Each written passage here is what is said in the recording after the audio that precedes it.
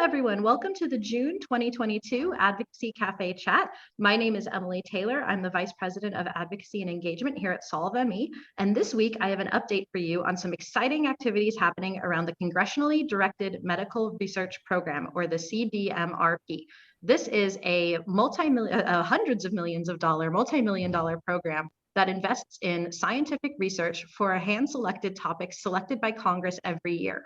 Now, SolveME has been very active in advocating for this program to ensure that ME/CFS is included as one of the eligible topic areas available for this pocket of research dollars. And we have been wildly successful. This week, we had some big news from the last year. So this is fiscal year 2021 advocacy work.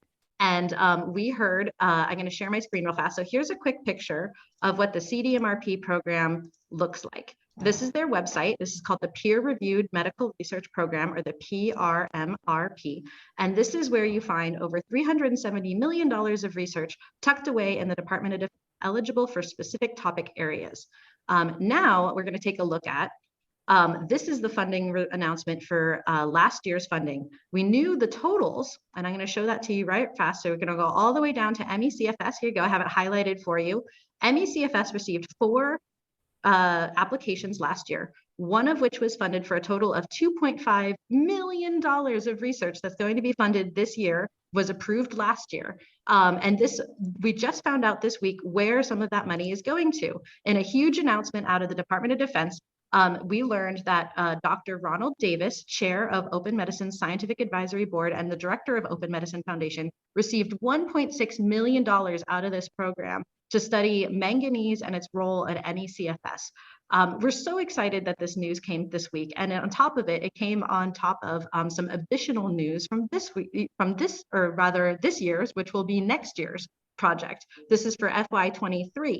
We learned, thanks to SolveME's hard work and the increasing advocacy around ME/CFS and long COVID, that long COVID and myalgic encephalomyelitis, or chronic fatigue syndrome, has been set aside specifically with instructions and language to the Secretary of Defense and the Service Surgeons General to address research projects directly related to diagnostic, testing, cures, and treatments for post-viral illness, specifically long COVID and myalgic encephalomyelitis.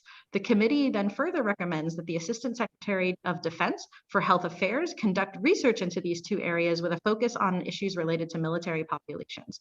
So exciting. So we have 2 big news coming out of the CDMRP program this week. And one applies to the work from last year, one applies to the future upcoming work from this year.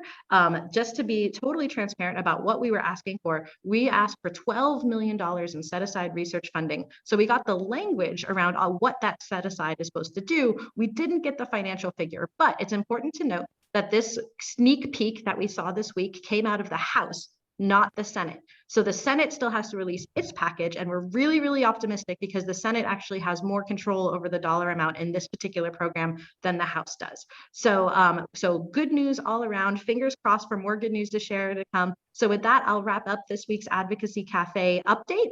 And I look forward to hearing your comments and questions as we go to the non-recorded portion. So thank you all so much for your time, for your hard work, for your advocacy and support to make these 2 big victories possible. Have a wonderful weekend.